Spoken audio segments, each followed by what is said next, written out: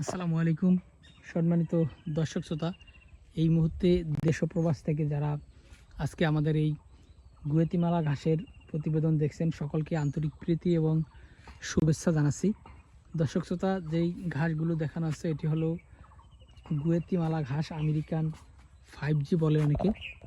দর্শক শ্রোতা, এটি মূলত বেশ বেশ কিছুদিন হলো। বেশ কিছুদিন বলতে আমি নিজেই লাগিয়েছি আরও 4 বছর আগে।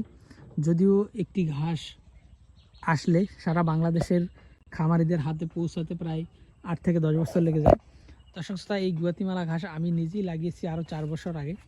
তো এখনও প্রায় 80 থেকে 85% খামারির কাছে এই ঘাসটি নেই। তার কারণ হলো, এই গুয়াতিমালা ঘাস প্রথম অবস্থাতে যখন আমরা এনে লাগিয়েছি তখন প্রায় প্রচুর পরিমাণে দাম ছিল। এখন আস্তে আস্তে সেই দামটা আসলে কমে এসেছে এবং খামারিদের নাগালের ভিতরে এসেছে।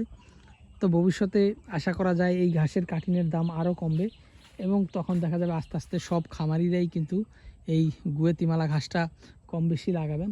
দর্শক শ্রোতা, আমি বলছি না আপনাকে আপনি সব ঘাস বাদ দিয়ে শুধু গুয়াতিমালা লাগান। দর্শক, অনেক খামারিরাই এই ভুল কাজটা বারবার করতেছেন। বিশেষ করে অন্যান্য যে ঘাসগুলো রয়েছে আগের, অর্থাৎ পুরানো যে গাছগুলো রয়েছে, সেই গাছগুলো সবগুলো উঠিয়ে ফেলে দিয়ে এখন গুয়াতিমালা ঘাসই লাগাচ্ছেন। দর্শক, এই কাজটা মোটেও করবেন না।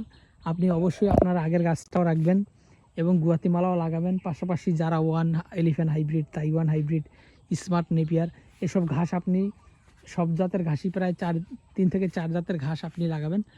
দেখা যায় প্রতিদিনই একই জাতের ঘাস গরুকে কেটে দিলে তখন সেটা গরু খেতে চায় না কিংবা খেতে মন চায় না। আর যদি এক এক দিন এক এক জাতের ঘাস আপনারা আপনাদের গবাদি পশুর সামনে দেন, তখন সেটা গবাদি পশু খেতে খুবই স্বাচ্ছন্দ্য বোধ করে।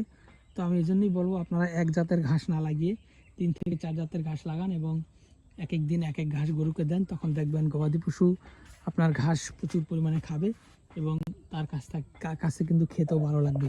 তো দর্শক, আমাদের কাছে সব জাতের ঘাসের কাটিনই রয়েছে। আপনারা চাইলে যে কোনো ঘাসের কাটিন সংগ্রহ করতে পারেন।